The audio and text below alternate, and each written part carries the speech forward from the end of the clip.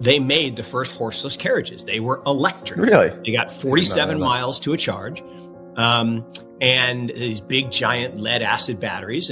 But that's what it was. It was the biggest car company in the world. And this guy, Henry Ford, had designed this new car called the Model T, and he was going to use grain alcohol to run the combustion engine. And his friend, John D. Rockefeller, said, well, Hank, I got this stuff that I flush down the river. Because when you create lamp oil, kerosene from, oil, you have this effluent, this waste called gasoline. And he was literally flushing it down the river, and the rivers would catch on fire. I know, yeah. Just the buildings, like the Cuyahoga River would catch on fire. And he's like, Hank, here's what we're going to do. You give me some of your company, I'll give you some of my company, and we'll use this gasoline in the engine, and we'll put American Electric Vehicle out of business. And that's why we run on internal combustion engines, and now we're going back, towards EV. But it's funny. I mean, individuals are very, very. I mean, look, and he was before, and it's hard to compare. It's like comparing Michael and LeBron, John D. Rockefeller, Bill Gates. Who was the more ruthless businessman? Michael, as you're pulling up that chart, it's amazing how no one's talking about inflation anymore. I mean, it's gone. It's gone. I mean, literally gone. I mean, if you do a Google search for, what is that Google Analytics thing for searches on inflation, it's gone back to nothing. That's why Saudi cut production, right? Saudi has said, you know what? We got new friends. And these new friends, they treat us better. And I think we're going to look back 10 years from now, and what this current administration did to mess up this, 50-year relationship with OPEC and Saudi.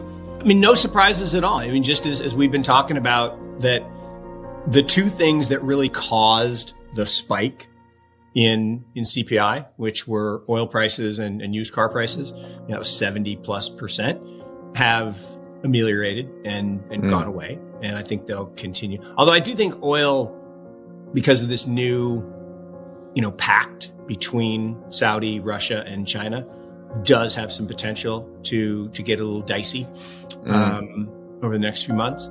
So, but I think supply chain is going to be mostly fixed within the next few months. China's fully reopened. I mean, we did a webinar with our China team the other day, and a month ago, we sent our analyst out with this iPhone, and she took a picture, and it was like a neutron bomb went off. I mean, there was no one on the streets. There was no cars.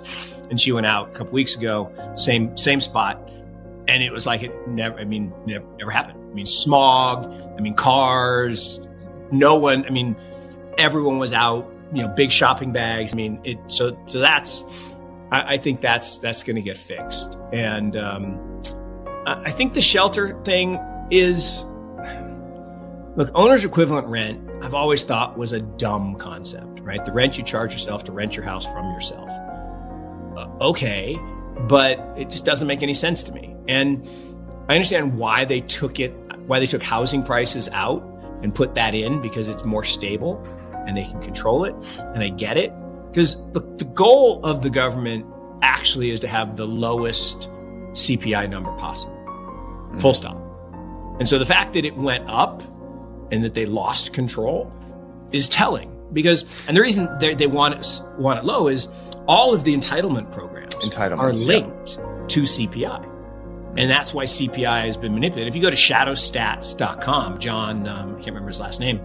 And if you calculated inflation the way we did in the 80s, we're at 10%. If you did it the way we did in the 90s, we're at like 12 or 13%. And I don't really think that's true.